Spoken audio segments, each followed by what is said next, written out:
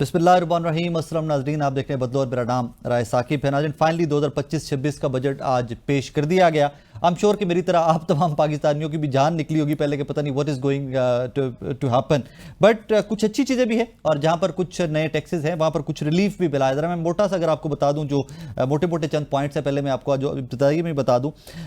Petrol और diesel महंगे होने जा रहे हैं इन डेज टू कम। 5 रुपये फी लीटर कार्बन लेवी लगाई जा रही है इसके ऊपर। मोबाइल फोन्स और इस तरह के एसेसरीज की कीमतें इन डेज टू कम बढ़ेंगी। गाड़ियां महंगी होंगी, ऑब्वियसली इलेक्ट्रिक कार्स को इनकरेज किया जा रहा है। सोलर पैनल जो आपकी मेरी हम तमाम लोग की तकरीबन नीड बन चुके हैं हर घर की, हाउस होल्ड की, पाकिस्तान में बिजली महंगी होने की वजह से solar panel in days to come महंगे होने जा रहे हैं। बैंक से 1 लाख रुपए निकलवाने पर 1,000 रुपये टैक्स देना पड़ेगा नॉन फाइलर्स को।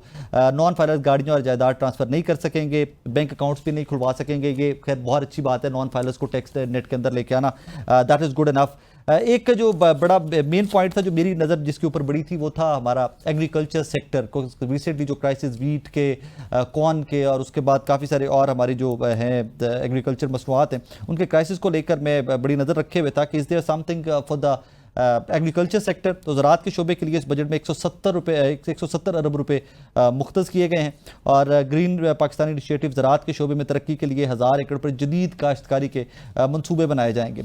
कुछ मेजर डेवलपमेंट्स हैं, कुछ बड़ी डेवलपमेंट्स हैं जिसमें आप कह सकते हैं कि कहीं ना कहीं आपको और मुझे जो सैलरीड क्लास है उसको भी रिलीफ मिलेगा इन डेज टू कम। मौसमियाती तब्दीली के असरात को कम करने के लिए 16 अरब रुपए मुख्तस किए गए। आबी ज़खायर के तहफ़्फ़ुज़ के लिए मनसूबे शुरू किए जाएंगे और 25-26 में ज़राअत का हिस्सा 7.5% तक बढ़ाने का हदफ रखा गया। टैक्स कवानीन पर अमल दरामद के लिए, now this is very important in days to come, you will see कि ये एक जो है ना टैक्स कवानीन पर अमल दरामद के लिए सूबाई अफसरान की मदद लेने का फैसला किया गया। बजट दस्तावेज़ात में बताया गया नॉन ड्यूटी पेड सिगरेट की स्मगलिंग पर काबू पाया जा सकेगा। इसके ऊपर हमने लास्ट शो के अंदर एक प्रॉपर सेगमेंट भी किया था कि 300 बिलियन प्लस रुपीज़ जो है वो ये स्मगलिंग और ये जो जाली सिगरेट इसकी मद में जो है हुकूमत पाकिस्तान का टैक्स जो चोरी हो रहा है इसमें 300 अरब रुपये प्लस माइनस। गर्दिशी कर्जों की अदायगी के लिए 10% सरचार्ज आयद करने का फैसला। इसी को जरा खंगालते हैं आज का बजट के ओवरऑल आपकी मेरी आम पाकिस्तानियों की ज़िंदगी पर ये ओवरऑल बजट का क्या इम्पैक्ट होगा। अपने मेहमानों का तारुफ करवा दूँ। मेरे मेहमान है जनाब तैमूर झगड़ा साहब, साबिक सूबाई वज़ीर ख़जाना है, हनीफ हजारी साहब माहिर मौशियात हैं और खालिद बाट साहब भी हमारे साथ हैं, मरकज़ी चेयरमैन किसान इत्तेहाद हैं। तैमूर झगड़ा साहब, अस्सलाम वालेकुम सर। झगड़ा साहब, can you hear me sir? I can hear you loud and clear. आपको मेरी आवाज आ जी, रही नाउ है? I can hear you sir. Sir, budget आ गया finally, what would you say? Balanced budget है, अच्छा बजट है, क्या व्हाट वुड यू से?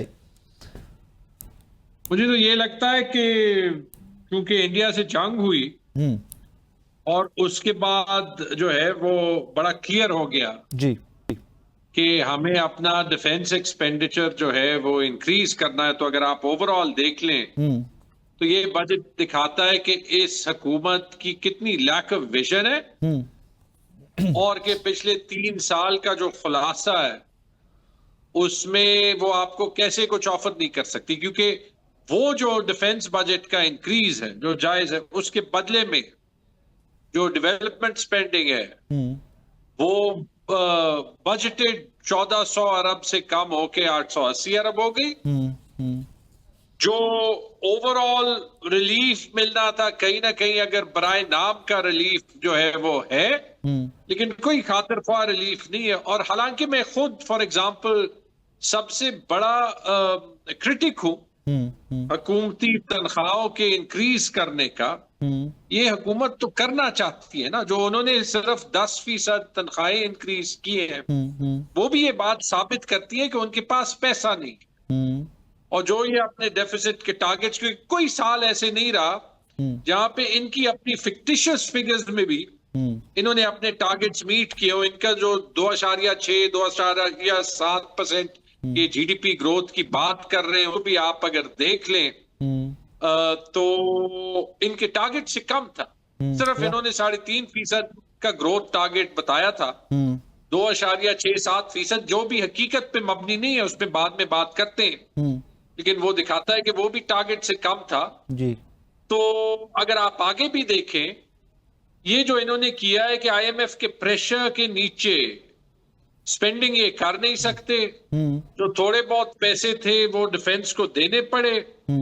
और मसला ये है कि जो हम एक लो ग्रोथ एनवायरनमेंट में है, जहां पे ग्रोथ के लिए कोई पाथ नजर नहीं आ रही, वो आज भी नजर नहीं आ रही। और याद रखें कि इस निजाम को लाने के लिए हमने आइन तबाह किया, इलेक्टोरल प्रोसेस तबाह किया, जुडिशरी तबाह की, अपनी फ्रीडम ऑफ स्पीच तबाह की, हमने जो है वो एनफोर्स डिसअपेरेंसेस को हलाल कर दिया, और हमने अपनी पुलिस और जुडिशरी को भी तबाह कर दिया। सर जरा इस पे डिटेल में बात करते हैं, वापस आपकी तरफ आ रहा हूं। हनीफ साहब, अस्सलाम वालेकुम सर। वालेकुम सलाम। सर पहले सुबह ट्रांसमिशन में भी हम बात कर रहे थे और कोई एक्सपेक्टेशंस आपकी, मेरी, हम तमाम लोग की बहुत हाई नहीं थी। मैं तो उल्टा डरा हुआ था कि what is going to come away. Sir budget finally आ गया, कुछ सजेशंस हमारे सामने हैं, how do you see it sir? सबसे पहले तो मैं ये कहूंगा कि ये रिफॉर्म बजट नहीं, जैसे भाई ने बिल्कुल सही कहा, ये अकाउंटिंग बजट है। नंबर वो खाने को पूरे पूरे करने की कोशिश की गई। आप मुझे बताइए कि इसमें रिफॉर्म्स क्या है? हाँ, एक्सेप्ट ये देखा है कि 7,000 इम्पोर्टेबल आइटम्स हैं, इम्पोर्टेबल आइटम्स हैं जी, इम्पोर्टेबल आइटम्स जी जी सर, इम्पोर्टेबल आइटम्स जो है वो इसके ऊपर आप कहने लगे कि वो 20% मैक्सिमम टैरिफ कर दिया है जी। 20% था, इसको 15 कर दिया है। We don't know what are the items over there. Okay, ठीक है। और जो सही कहा कि हमारी जीडीपी को 2.6 से ये 4.3 पे लेके जा रहे हैं, तो क्या मराद होंगे? और जीडीपी जब अगर 2% तुमने बजट के हिसाब से रखा है अपना, तो क्या ग्रोथ आएगा और क्या पब्लिक को आप ऑफर करोगे? हाँ, एक चीज उन्होंने कहा कि सैलरी तबके को हर टैरिफ में हर रेट के ऊपर 2.5 रखा है, which is peanuts, nothing. $50 million रखा है और 200 मिलियन डॉलर उनसे वसूल किए थे। तो आप सोचिए कि उनको आपने क्या दिया। दूसरी तरफ ये बजट ग्रॉसली महंगाई को रोकेगा नहीं। इन्होंने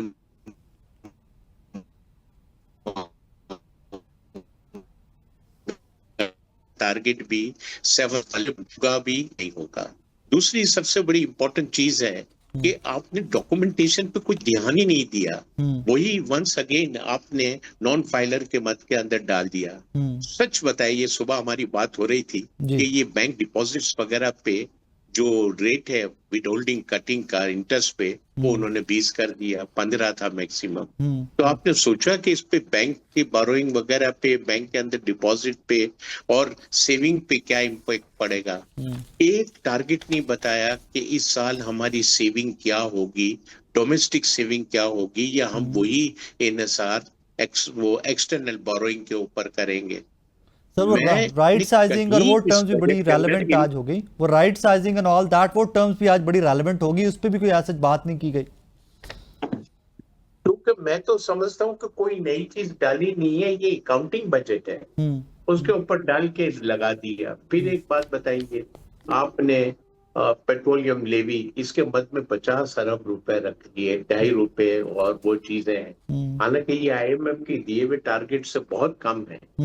हम ये भी नहीं समझते कि ये किस तरीके से पूरा करके जाएंगे। खास तौर पर मुझे लगता है कि चंद सीधा इंडस्ट्रीज हैं जो कि असेंबली में इनको साथ देने वाले लोग हैं, उसके ऊपर ये असर किया गया है। आप मुझे यकीन माने, कोई मुझे बता दीजिए कि इसके अंदर कौन सी रिफॉर्म वाली चीजें हैं जो हम कंसीडर करें कि कंट्री अब गामजन हो जाएगी तरक्की की तरफ। No question at all. जो सुबह हम कह रहे थे, और ये बात एक ही है, जब इन पे प्रेशर पड़ा, पहले तो कह रहे थे 6% डॉक्यूमेंट दे दिए थे, 6% वो होगा, तो फिर तनख्वाह वो सरकारी मुलाजमिन को 10% कर दिया जी। फिर इसी तरीके से पेंशन को कर दिया 7%। एक उन्होंने किया कि पेंशन के ऊपर टैक्स लगा दिया वहां पे जहां से करोड़ रुपए से ज्यादा है। कोई मास्टर्स इम्पैक्ट कहीं नहीं आया। अगर है तो मुझे आप बता दे। सर इसी को जरा आज के शो में यही देखना है, यही हमने सीखना और आप आगे लोगों को बताना है। खालिद बाट साहब, I was very concern when it comes to agriculture. तो अभी जो रिसेंटली जिम्मेदारों के साथ हुआ है, उसके बाद तो मैं आज के बजट को लेकर बहुत ही कंसर्न था। सर कोई साई ऑफ रिलीफ, कोई अच्छी खबर इस बजट में आपके लिए भी, जिम्मेदारों के लिए भी नजर आई आपको? अगर आप इस बजट के अंदर देखा जाए तो सर मैं वापस हनीफ साहब मैं वापस आ रहा हूँ। खालिद बाट साहब हमारे साथ हैं, एक जिम्मेदार हैं हमारे भाई, तो मैंने ये उनसे दरखास्त की सवाल। वापस मैं आ रहा हूँ सर आपकी तरफ, वापस आ रहा हूँ जी। खालिद साहब देखें जी, बजट में अभी तक तो कोई ऐसी चीज़ नज़र नहीं आई। हाँ सिर्फ आबी वसाइल के लिए, डैम के लिए जो 137 अरब रखा हुआ है, उसके अलावा इन्होंने 4 अरब रुपए एक बताया है कि वो हमने किसानों के रिलीफ के लिए। बाकी तो पिछले 2 साल में जो किसानों का हाल हुआ है, इनका जो अपना ज़राई तरक्की का सर्वे है उस हेलो जी जी मैं सुन पा रहा हूँ खालिद साहब, आई कैन हियर यू। पिछले 2 साल में 2 से 2.5 अरब रुपए का सिर्फ गंदम में नुकसान हुआ है, और इस साल जो मकई की सर काश्त 2 थी, से वो 2.5 हमारी अरब पूरी की पूरी सर गंदम में 2 से 2.5 अरब 250 अरब जी 2-250 अरब ओके 200-250 ओके 3 से 4 खरब की मैं बात कर रहा हूं जी जी जो सिर्फ 2 साल में हमने लॉस किया है। और इसी तरह जो पिछले साल राइस में हमें इन्होंने सीड नहीं दिया था, उसकी वजह से हमारी जो हमने बार शिपमेंट जाती थी वो वापस आ गई कि आपका जो सीड है वो सही नहीं, और जो आप इस पे पेस्टिसाइड इस्तेमाल कर रहे हैं वो नाकस थी। अमेरिका से शिपमेंट वापस आ गई। और इसी तरह अभी जो काटन है, वो काटन अभी इन्होंने जो आज कल का इनका सर्वे, उसमें ये कह रहे हैं कि $2 अरब की काटन हम बाहर से मंगवा रहे हैं, और हमारी काटन जो है 30 से 35% कम है। लेकिन हमारा जो किसानों का कहना है कि 40 से 45% काटन इस साल कम होगी। और इसी तरह जो इन्होंने कहा है कि 10% गंदम कम है, वो 15 से 20% कम है, और 10 से 15 लाख मैट्रिक टन गंदम इनको बाहर से मंगवानी पड़ेगी। जो 2 से 3 अरब डॉलर की गंदम इनको बाहर से मंगवानी पड़ेगी। 6 से 7 अरब डॉलर, 1 अरब डॉलर की तो इनको दालें बाहर से मंगवानी है। तो ये 6-7 अरब डॉलर काश ये किसानों पे खर्च करते, किसानों को रिलीफ देते, तो काटन भी पता नहीं पैदा कितना करते, रेवेन्यू सीड खालिद जी, अच्छा कितना देते। रेवेन्यू हम बचा सकते थे, कितने डॉलर हम बचा सकते थे अगर हम अपनी ही क्रॉप्स के ऊपर थोड़ा सा उसके ऊपर थोड़ा सा ध्यान दे लेते। एक छोटा सा मुझे ब्रेक लेना नाजरीन, एक ब्रेक के बाद वापस आ रहे हैं, मेरे साथ रहिएगा। ब्रेक के बाद वापस आते हैं, और जिस तरह तैमूर साहब कह रहे थे ना कि ग्रोथ रेट के ऊपर जरा बात करते हैं और डिटेल में बात करते हैं कि अब further what is coming our way, because budget तो आ गया। एक छोटा सा ब्रेक, मेरे साथ रहिएगा। तैमूर साहब, मैं अभी ये जो अब खालिद साहब की गुफ्तगू आपने भी सुनी कि जो जिम्मेदारों का पिछले 2 साल के अंदर ये एग्रीकल्चर सेक्टर का जो नुकसान जिस तरह तबाह हुआ है किसान उसमें आके, मुझे बड़ा होपफुल था मैं कि कोई इसके ऊपर ना फोकस होगा कि how to fix what went wrong. As such focus कोई नजर नहीं आ रहा। I am sure this is your field, आपको कोई फोकस नजर आया है एग्रीकल्चर सेक्टर पे? यार फोकस तो सिर्फ इमरान खान पे। मैं अभी हमारे इंटरनल इकोनॉमिक ग्रुप पे कह रहा था जी ये जो अकाउंटिंग बजट्स भी बन रहे हैं ना, और इसमें जो आपको थोड़ा सा डिसिप्लिन नजर आ रहा है जी, वो भी इमरान खान के डर की वजह से नजर आ रहा है कि वो IMF के प्रोग्राम के कॉन्टूर से बाहर नहीं जाते। ठीक है, अगर आप मुख्तलिफ सेक्टर्स देखिए इस बजट के कई टेस्ट हो सकते थे, क्योंकि अगर जो इंडिया से ये जंग हमें एक चीज सिखाती है, वो ये सिखाती है कि पाकिस्तान को जिस तरीके से न्यूक्लियर बॉम्ब डेवलप करना लाजिम था जब इंडिया ने किया, जी जी ये जंग हमें सिखाती है कि अपने डिफेंस को स्ट्रेंथन रखने के साथ हमने अपनी मईशत को भी स्ट्रेंथन रखना है, क्योंकि इंडिया की मईशत 30 साल से 6-7% पे ग्रो कर रही है, और हमारी मईशत पिछले 3 साल में तकरीबन 3.5% की औसत से ग्रो कर रही हो। तो कैसे लॉन्ग टर्म हम मुकाबला करेंगे? तो उसमें आप कुछ टेस्ट देख लें। जी, ज़राअत पे कोई फोकस नहीं। हम सुनते थे कि पाकिस्तान एक ज़राई मुल्क है, जी ठीक है, आपने सर, कुछ देख लिया 36% के करीब कि हमारी एम्प्लॉयमेंट इस सेक्टर से है। पाकिस्तान की 36% के करीब एम्प्लॉयमेंट हमारी फ्रॉम दिस सेक्टर। चलिए, तो ज़राअत पे नहीं होगा, कहीं और होगा ना। आप देख लें कि लार्ज स्केल इंडस्ट्री पे फोकस होगा, लार्ज स्केल इंडस्ट्री नहीं बढ़ी। चलिए, एजुकेशन पे होगा। आप देख लें कि यही जो है वो दिखाती है कि एजुकेशन पे ओवरऑल जो नेशनल स्पेंड है वो 2% GDP से कम हो गए, 0.8% GDP हो गया। और HEC का बजट देख लें, जो आपका क्रीम होता है, जो यूनिवर्सिटियों से निकलता है, PDM के 4 सालों में, PDM और PMLN के 4 सालों में यूनिवर्सिटीज का बजट 65 अरब रुपए रहा, जबकि रुपए की वैल्यू जो है वो आधी हो गई है। रिसर्च का बजट देख ले, वो कम हुए। चले, बिजली के सेक्टर को ठीक कर रहे होंगे, तो आप देख ले बिजली की कंजम्पशन कम हुई है, और उसके साथ देख ले कि कोई रोड मैप है कि बिजली जो है वो कैसे बेहतर होगी। चलिए इन्वेस्टमेंट देख लेते हैं। कोई आपको जो सर है यहाँ वही पे जैसे सर यहाँ पे हनीफ साहब कुछ ऐड करना चाह रहे हैं। तैमूर साहब, हनीफ साहब कुछ ऐड करना चाह रहे हैं जी सर। बड़ी ये भी देख फकीरियां ले, बार सॉरी मैं बार कह लास्ट रहा चीज था। कहता हूं, जी जी इन्वेस्टमेंट कम हुई है पाकिस्तान में। 2 साल यस, SIFC बना है, पिछली साल इन्वेस्टमेंट 1.8 अरब डॉलर थी, वो कम होकर 1.6 अरब डॉलर होती है, जो सबसे बड़ा इंडिकेटर है कि पाकिस्तान की इकोनॉमी में दुनिया को एक्चुअली कितना कॉन्फिडेंस है। जी हनीफ साहब, Sorry, सर आप आप कुछ कुछ ऐड कहते करना चाह रहे थे। देखिए सुबह हम बात कर रहे थे कि 45% of the people in Pakistan are below the poverty level. जी ठीक है, इसको इन्होंने कम करने के लिए या कुछ मराहत देने के लिए और अपने जो साथी हैं पीपल्स पार्टी वाले, इनको खुश करने के लिए Benazir support scheme fund 121 million पे कर दी है, लोगों को मिले। जी अब 121 मिलियन एंड 225, तो 50% पीपल तो पाकिस्तान के टैक्स दे ही नहीं सकते। ठीक ठीक है। है, एक बात तो आप इस पे रखें, तो किस बुनियाद पे आप आगे ले जाएंगे? सोलर सिस्टम एक आदमी, हर किसी का हक है इस मुल्क के अंदर, क्योंकि जिस रेट पे आप प्रोवाइड करते हो बिजली वो कर नहीं सकते, तो उस पर 18% टैक्स डाल दिए।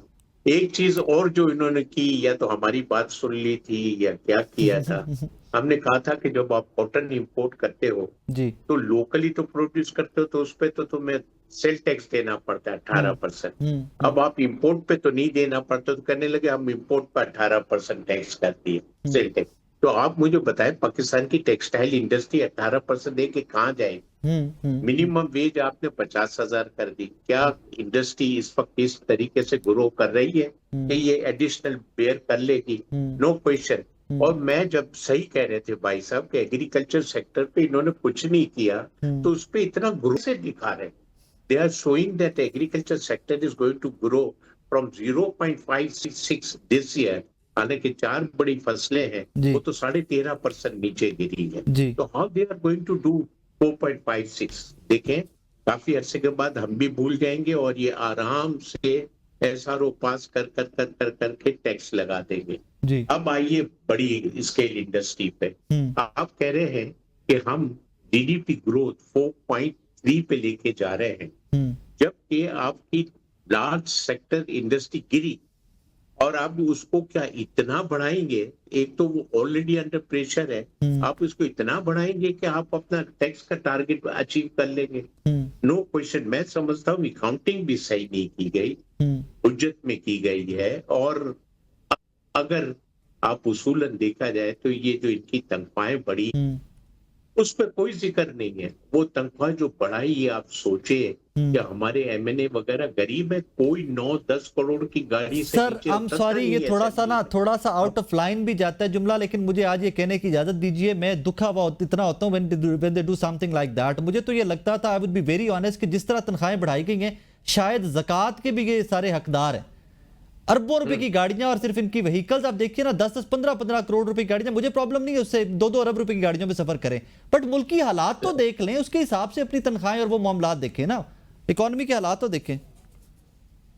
अब मैं आपको यकीन के साथ कह रहा हूं, IMF ये बजट एक्सेप्ट नहीं करेगा। आप देखिएगा, बिल्कुल भी नहीं करेगा, क्योंकि काफी नंबर डिस्टॉर्ट हो गए हैं। जो खाने इनको फुल करने थे जी उसमें ये कर नहीं पाए। और आप सच देखें, 2 इतने बड़े डिसीजन ये बजट प्रेजेंटेशन करने से पहले लिए गए, जिसमें शहबाज साहब ने कहा कि नहीं, वो जो मुजाहरे हो रहे थे, हम 10% सरकारी मुलाजमन की तनख्वाह बढ़ा देंगे, जी फिर इसके बाद पेंशन पे टैक्स लगा दिया। ये बिल्कुल डिस्टॉर्टेड हो गया, इस वजह से कि बजट का हुजूम बहुत कम है। जब आपने पूरा बजट को 900 बिलियन से कम कर दिया लास्ट ईयर के मुकाबले में, तो आप तो ऑलरेडी वेरी डिफेंसिव है। और ये मैं आपको यकीन से कहता हूं कि जो चीजें इन्होंने इम्प्लीमेंटेशन करने के लिए प्रपोजल दिया है, ये फाइनल बजट से पहले काफी चीजें उड़ जाएंगी। बल्कि we will be put into more taxation.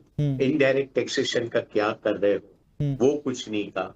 ठीक है, इनडायरेक्ट टैक्सेशन इस खिते का सबसे बड़ा ज्यादा है। एक जो बात, क्योंकि मैं भी एक्सपोर्ट में हूँ, एक्सपोर्ट के अंदर आपको मालूम है कितना टैक्स कर दिया है? What is the tax?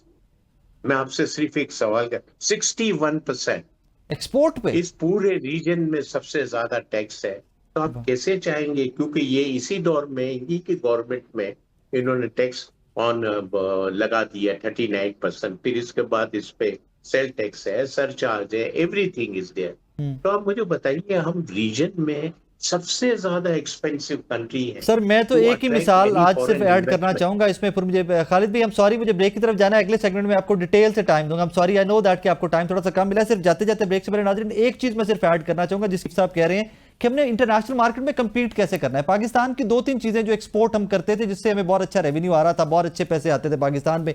Rice export थी, कॉटन एक्सपोर्ट थी, अब तो खैर इंपोर्ट में चली गई है। अभी रिसेंटली मैंने कहीं बैठे हुए सुना कि जनाब हम आम एक्सपोर्ट करते थे, मैंगो हम एक्सपोर्ट करते थे ईरान, उसमें भी बहुत सारी कॉम्प्लिकेशंस आ गई हुई हैं, कोई ऑफिशियल कोई इस तरह के उसमें भी मामलात आ गए हैं कि हमारी वो आम की एक्सपोर्ट भी, वो जो क्रॉप है हमारी हार्वेस्टिंग पे है, वो भी डिस्टर्ब हुई है। और वो जो आप जिसकी मैं राइस की बात कर रहा हूं, जो पाकिस्तान एक्सपोर्ट करके मिलियंस ऑफ डॉलर्स पाकिस्तान आते थे, आपने कंपीट करना है हिंदुस्तान की मार्केट को, जहां पर बीज का क्या रेट है, जहां पर तेल का क्या रेट है, जहां पर इलेक्ट्रिसिटी का क्या रेट है।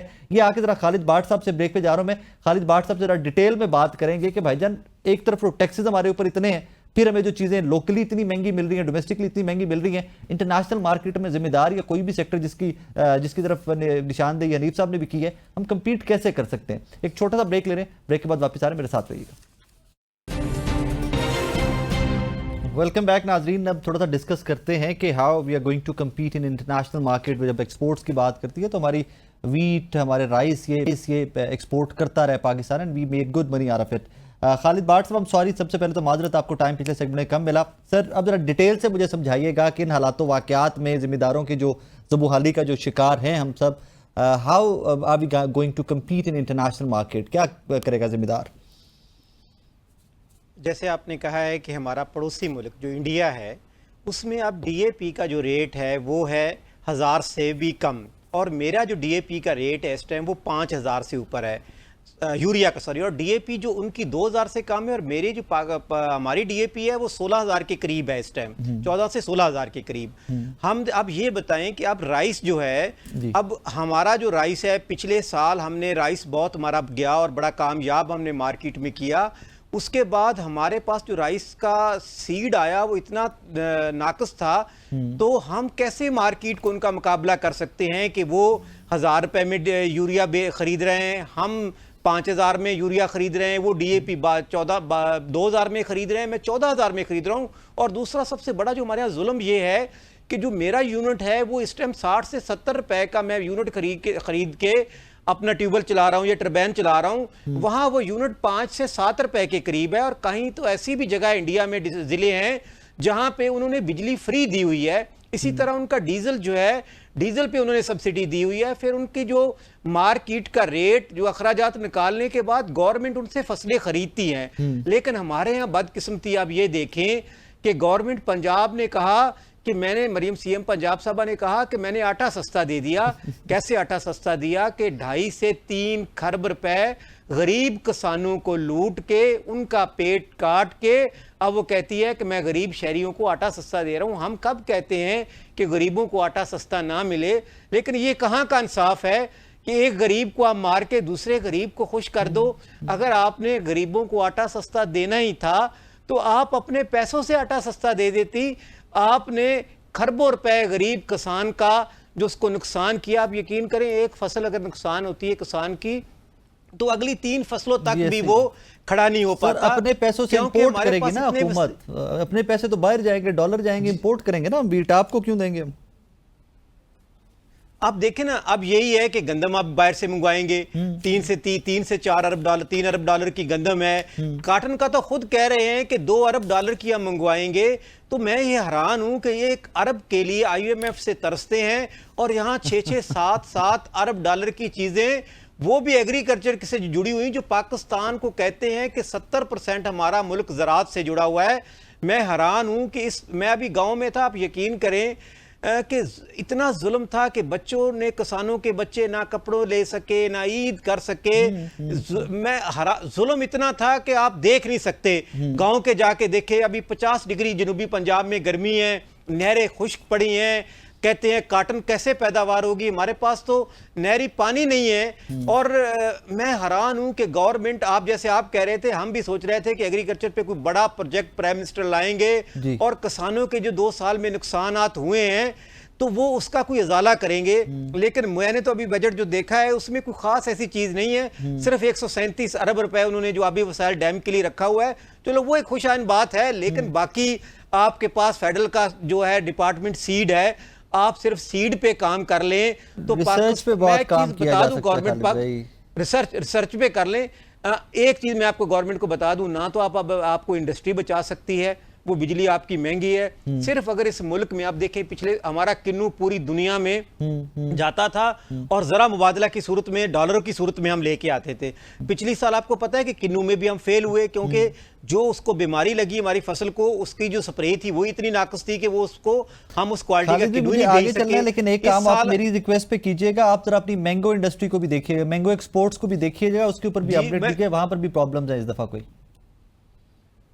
अभी देखें ना जी, अब हमारा ये, अब देखें कि अभी आपको पता है क्लाइमेट चेंज की वजह से जो तब्दीलियां आई हैं उसमें जो अंधेरी, जो हमारे जखड़ और जो तेज हवाएं चल रही हैं, जिससे तैयार फसलें हमारी गिर गई हैं और उस पर कोई रिसर्च नहीं। और उसमें भी फल जो था, वो फल जिस तरह पिछले साल का आम था वो नहीं है, वो इंटरनेशनल मार्केट उसको कबूल ही नहीं कर रही। वो जैसे पहला आम था वो मेरे पास कुछ इन्फो उसकी है, प्लीज आप उस पर चेक भी कीजिएगा। मीन डेज टू कम आपको दोबारा उस पर शो में लेंगे, जरा चेक कीजिएगा कि उसके ऊपर कोई ना ये लीगैलिटी और कुछ एक्सपोर्ट्स में कोई अफसरान का मामला, कुछ ट्रांसफर्स हुए हैं, कुछ चल रहा है, उसका आप जरा डिटेल में चेक कर लीजिएगा। मुझे जरा आगे वापस आ रहा हूं मैं आपकी तरफ। तैमूर साहब, एक चीज बड़ी इंटरेस्टिंग मैंने आज देखी, e commerce 18% courier parcel digital service पे टैक्स होगा और ये कोरियर सर्विसेज जो हैं ये टैक्स इस पे इकट्ठा किया करेंगी। पूरी दुनिया ई कॉमर्स को इनकरेज कर रही है कि पूरी इकोनॉमी ही ई कॉमर्स की तरफ शिफ्ट हो रही है अब दुनिया की। हम इसके ऊपर टैक्सेशन बढ़ाते जा रहे हैं क्योंकि ये डेस्परेट है। देखिए, एक तरफ आईएमएफ आपको कंस्ट्रेन कर रहा है जी कि आप टैक्स कलेक्शन जो है वो ज्यादा करें, और जो तबके टैक्स नहीं देते उनको ये कर नहीं सकते। आपको पता है कि पाकिस्तान में कितने तकरीबन टैक्स पेयर्स हैं? अगर मैं जो है वो डेटा देख लूं जी, 25 करोड़ में है 28 लाख माशाल्लाह जो नॉन जीरो फाइल करते हैं। आपको पता है इंडिया में कितने टैक्स पेयर्स हैं? इंडिया की 6 गुना पाकिस्तान की आबादी है ना? जी जी। तो अगर पाकिस्तान में 28 लाख है तो 28 लाख तो ज़रबे जो है वो पेड करते हैं 1.5 करोड़ जी। इंडिया में 8 करोड़ टैक्स पेयर्स, 8 करोड़। इसीलिए तो अगर आप देख लें कि उनके स्टेट के पास पैसा है कि वो खर्च करें। मैं यही कह रहा हूं, हमें सब्सटैंशियल प्रोग्रेस चाहिए। मैं अभी देख रहा था, देखिए मुख्तलिफ तरीके आप उनसे डिबेट भी कर सकते हैं, लेकिन इंडिया की इकोनॉमी है वो लाइसेंस राज इकोनॉमी मानी जाती थी और उनकी ग्रोथ को हमारे economist Hindu rate of growth कहते थे, क्योंकि 1947 से लेके तकरीबन 1990 तक पाकिस्तान की इकोनॉमी ने इंडिया से बेहतर परफॉर्म किया था। जब मनमोहन सिंह वहां पे फाइनेंस मिनिस्टर था, एक दिन उनको सोना भी गिरवी रखना पड़ा कि उनका पता नहीं कौन सा आईएमएफ प्रोग्राम था। उन्होंने जो इकोनॉमिक लिबरलाइजेशन की वो 30 साल नहीं रुके, लेकिन बड़े स्टेप्स लिए। इंडिया में कोई फॉरेन ब्रांड नहीं होती थी, वो जो आप फिल्मों में देखते थे वो उनकी एक वो हिंदुस्तान एम्बेसडर या पत्नी वो 1940 मॉडल की एक गाड़ी जो है वो फिरती थी उनके फिल्मों में, ठीक है। वो उन्होंने सब कुछ जो है वो खोला, बोल्ड स्टेप्स लिए। आईएमएफ के कहने पे तो नहीं लिए ना। 30 साल बाद वही इंडिया जहां पे लोगों की आमदन पाकिस्तान से आधी होती थी, वहां भी पाकिस्तान से 70% ज्यादा। ये जो टैक्स ज्यादा करने का या इकोनॉमिक एक्टिविटी जनरेट करने का तरीका होता है, आप बड़े मुल्क भी ले लें। यूके में सबसे ज्यादा टैक्स रेट जो है वो मार्गरेट थैचर के आने तक 83% होता था। मार्गरेट, और आप देखें यूके में उन्होंने लोगों को जो है वो कि वो बिजनेस में इन्वेस्ट करें, ज्यादा करें। यूके जैसे मुल्क में जहां पे वो आपको एनएचएस से सारी हेल्थ केयर मुफ्त देता है, स्कूलिंग मुफ्त देता है, सड़कों पे इन्वेस्ट करता है, सारे इंफ्रास्ट्रक्चर पे करता है, उन्होंने 3 साल में टैक्स रेट जो मैक्सिमम था 83% से कम करके 40% कर दिया। मिनिमम टैक्स रेट 35% से 25% कर दी। मैं यहाँ पाकिस्तान में आज 50% टैक्स दे रहा हूं, यूके में 40% है। मुझे 50% का क्या मिल रहा है? इस माहौल में जो आपके सारे लोग हैं वो अपना पैसा बाहर निकालते हैं। अब देखिए, ज़राअत में वैसे ही पैसे आराम से नहीं बनते। हमारा एक जो है वो ज़राई बैकग्राउंड है, एग्रीकल्चर इनकम टैक्स लगाया है, मैं उसके हक में हूं एक्चुअली कि उसका एक निजाम बन जाए। लेकिन बगैर सोचे जब आप आईएमएफ के कहने पे जो है वो करेंगे, आईएमएफ आपसे रिजल्ट मांगता है, तो आप एग्रीकल्चर का सेक्टर भी मजीद तबाह कर देंगे और आप जो है वो अपनी ग्रोथ अपॉर्चुनिटी भी जो है वो फॉरगो कर देंगे। हाँ, मुझे एक्चुअली समझ नहीं आ रहा कि इस बजट से आगे हम क्या जाएंगे, कि जो मिडिल क्लास पाकिस्तानी है, जो नौजवान है, जो अच्छी यूनिवर्सिटी से निकलता है, जिसने पाकिस्तान का मुस्तकबिल बनना है, कि वो अपना पाकिस्तान के अंदर क्या मुस्तकबिल देखे। सर, इसमें एक बड़ा अच्छा जुमला मैं आपको सुना के, तैमूर साहब आपको सुना के आगे जा रहा हूं हनीफ साहब की तरफ। इसी तरह हुकूमत को इस बात का इल्म है कि मुल्क की बेहतरीन पेशावर अफरादी कुव्वत को इस खित्ते में सबसे ज्यादा टैक्सों का सामना करना पड़ रहा है, जिसके नतीजे में खदशा है कि इंतहाई बासलाहियत अफराद मुल्क से बाहर मुंतकिल हो सकते हैं। इसलिए मुल्क से ब्रेन ड्रेन को रोकने के लिए 1 करोड़ रुपए से ज्यादा आमदनी वाले अफराद पर आयद सरचार्ज में 1% कमी की तजवीज है। मतलब we understand and we do know that कि ब्रेन ड्रेन है। हनीफ साहब, ब्रेन ड्रेन है और सर रोकने के लिए हमने सरचार्ज जो है उसमें 1% कमी भी कर दी है। मैं एक और सवाल करता हूं, इन्होंने सारा क्रेडिट अपने ऊपर लिया, ये नहीं देखे कि इनके इंपोर्ट्स क्यों गिरी थी। इंपोर्ट इसलिए गिरी थी कि ऑयल की प्राइसेस गिर गई थी। इन्होंने कोई ऐसी चीज नहीं की थी। हाँ, एक बात है कि इन्होंने कोई भी फॉरेन एक्सचेंज में रुकावट नहीं रखी, इंपोर्ट्स हो रहा है, डिविडेंड पे हो रहे हैं, लेकिन ये कब तक। और एक बात और मैं आपसे कहूं कि ये जो हमारी बड़ा लार्ज स्केल इंडस्ट्रियल सेक्टर है, इस पे अचानक माइनस से ग्रोथ दिखा दी है। और उसके लिए पूरे बजट में आपने सुना होगा कि कहीं पे भी कोई मेजर्स इसके बारे में बयान किया कि किस तरीके से ये होगा, नहीं होगा। बस एक सोलर को लेके बैठ गए कि हम इसको डोमेस्टिक प्रोड्यूस करेंगे, अब इंपोर्ट का 18% डालेंगे, इसमें किसी का फायदा होगा। I am definitely going to tell you. आप मुझे बताइए, ये इंडिविजुअली कब तक ये चीजें देखते रहेंगे। और जो बिजनेस तबके की एक बहुत बड़ी डिमांड थी कि अगर 15 करोड़ की आपकी रेवेन्यू होता है तो आप पे 1% सरचार्ज किया, उसको 0.5% कर दिया, ठीक है।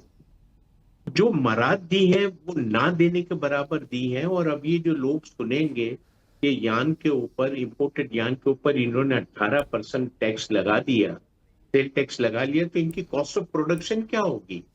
उनसे तो कुछ पूछा नहीं। आप देखिएगा कल से बहुत ह्यू एंड क्राई शुरू हो जाएगा। ये बिल्कुल अकाउंटिंग बजट है, इसमें नंबर बढ़ाने की कोशिश की गई है।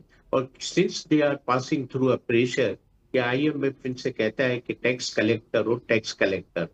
आपको मालूम है, मैं आपसे एक सवाल करता हूँ, आज बात हुई इसी पे बजट के दौरान कि भाई इनको ये टैक्स कितना मिला जब इन्होंने नॉन डॉक्यूमेंटेड इकोनॉमी, 2 एरिया है ना नॉन डॉक्यूमेंटेड। एक तो ये है कि हमारी ट्रेड है जिसका मुस्लिम लीग बहुत ज्यादा हद तक प्यार करती है। यार 40 बिलियन जस्ट 40 मिलियन सिर्फ इन्होंने टैक्स कलेक्ट किया है। और एग्रीकल्चर सेक्टर पे तो ये भी नहीं हुआ, तो क्या नेक्स्ट ईयर सारे जमात नमाज पढ़ने लग जाएंगे कि इनको सारी चीजें मिल जाएंगी।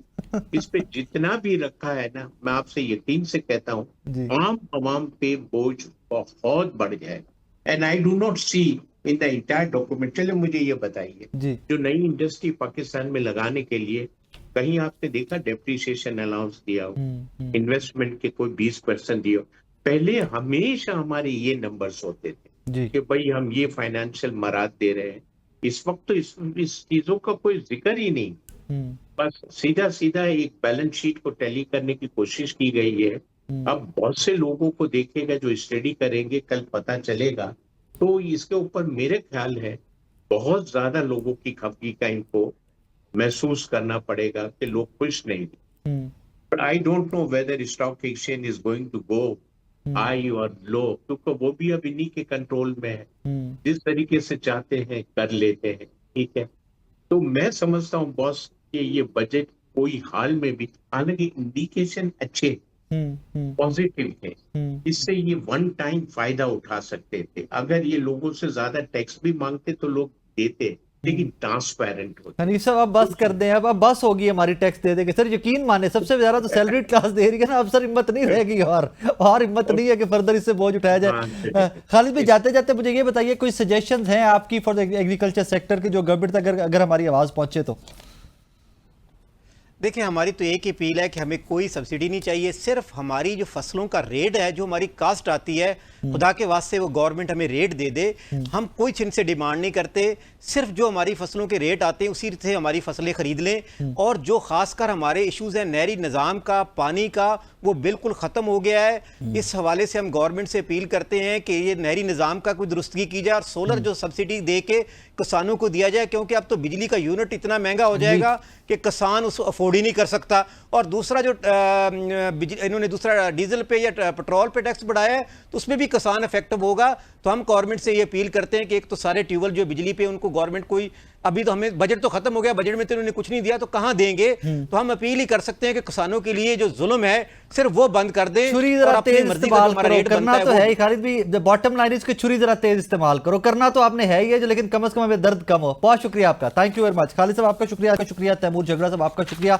जाते जाते नाज़रीन कहानी यही है कि अभी तो नंबर्स की गेम है, कल इसको डिटेल में जब तक डॉक्यूमेंट पढ़ के, और जिस तरह हनीफ साहब भी कह रहे थे कि बहुत सारे सेक्टर्स हैं कि जिन्होंने इंपोर्ट पे चलना होता है, जो इंपोर्ट करके जो रॉ मटेरियल इंपोर्ट करके अपना कारोबार चला रहे हैं, कल को देखिए इन डेज टू कम वो जो डेवलपमेंट्स होंगी वो इंटरेस्टिंग होंगी कि हाउ दे गोना इंपोर्ट, और फिर जो उन्हें रॉ मटेरियल को प्रोसेस करके एक्सपोर्ट करना है।